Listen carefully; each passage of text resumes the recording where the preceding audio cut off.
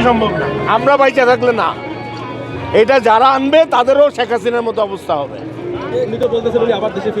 ওনার কলিজা থাকলে আসুক, আমরা তো চাই ওনাকে বিচার করব। বাংলাদেশে আনতে হবে, কেন তাকে বিচারের আওতায় দেশে ফেরবে, ঠিক আছে, সে কেসের জন্য আসবে, তাকে বিচারের আওতায় দাঁড়া করানোর জন্য আমরা বাংলাদেশে আনবো।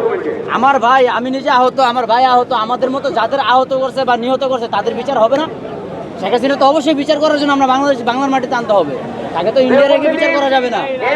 তাকে তো আমরা চাই বাংলাদেশে এনে তাদের সুষ্ঠুভাবে বিচার করবো।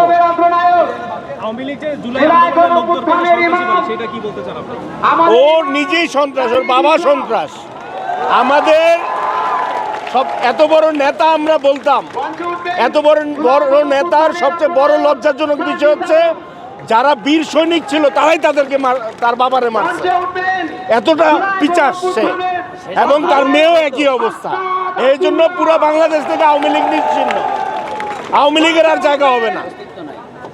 এটা আমরা বেঁচে থাকতে আর হবে না।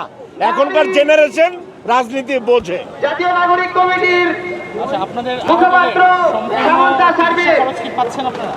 হ্যাঁ, আমার এই যে সিএমএইচ এর চিকিৎসা চলতেছে, আর যারা পঙ্গুতে আছে তাদেরও চিকিৎসা চলতেছে। যারা চিকিৎসা এবং ঔষধ সবকিছু চলতেছে, হইতে পারে অনেকে বাসা বাড়িতে আছে তারা পাচ্ছে না, কিন্তু চেষ্টা করতেছে যে সবারই চিকিৎসাটা ঠিক মতো হয়। কিন্তু যারা বাসায় আছে, যেমন আমি বাসায় আছি, আমার তো চিকিৎসা যখন লাগে আমার যেতে হয়।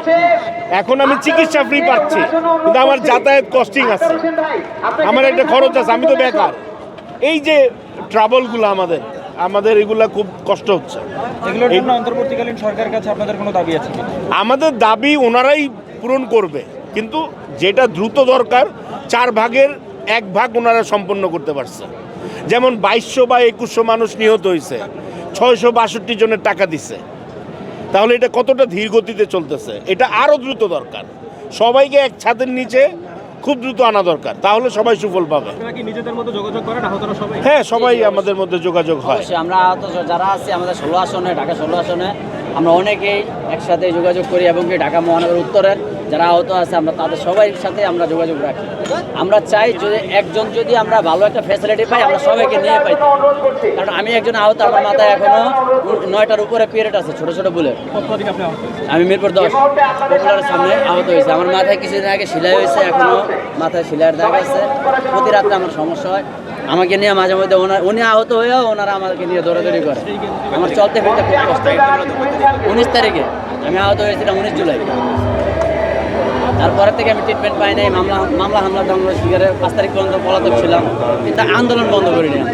তো আন্তর্জাতিক সরকারের কাছে আমরা একটাই আবেদন করি যে আমাদের যে চাওয়াটা ওনারা যে ধীরগতিতে করতেছে এটা আরেকটু দ্রুত করার জন্য আমাদের আশা করি। আচ্ছা, নির্বাচনের আগে যে কোনোভাবেই এই যে বিচারটা হওয়া জরুরি বলে মনে করেন? নির্বাচন হওয়ার আগে সরকার বলছেন ওনারা বিচার নিশ্চিত করবেন, বাকিটা সরকারের উপরে। আমাদের হাতে তো কিছু নাই, এটা আইনের উপরে আর কি। এবং সরকার বলছে যে এটা খুব দ্রুত করবে, নির্বাচনের আগেই করবে, আশাবাদী আমরা।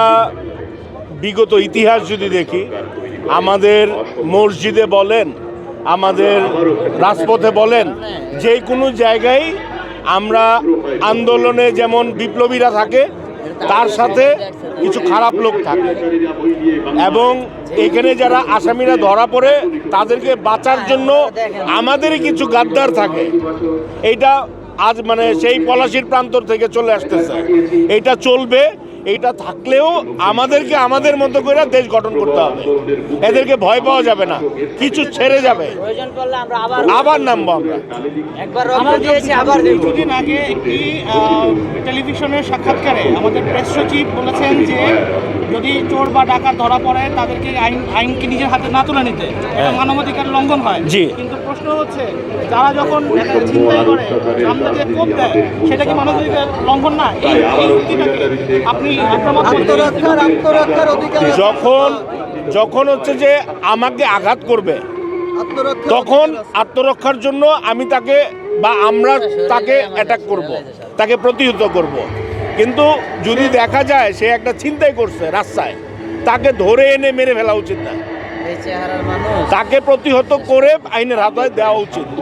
কিন্তু আমাদের বাংলাদেশের এই প্রেক্ষাপটে বিগত ইতিহাস ঘাটলে দেখা যায় যে যারা জেলে যায় তাদের র্যাঙ্ক আরও বাড়ে, তারা শুদ্ধ হয় না, তাদের র্যাঙ্ক বাড়ে। ভাইয়া এখানে আরো একটা গুরুত্বপূর্ণ কথা বলতে চাই, সেটা হচ্ছে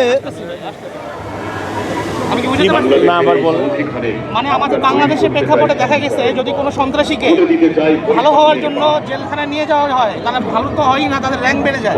হ্যাঁ হ্যাঁ, এই বিষয়টা আপনি কিভাবে দেখেন? এইটা হচ্ছে আমাদের বিগত 53 বছর এইটা হচ্ছে চর্চা হয়েছে।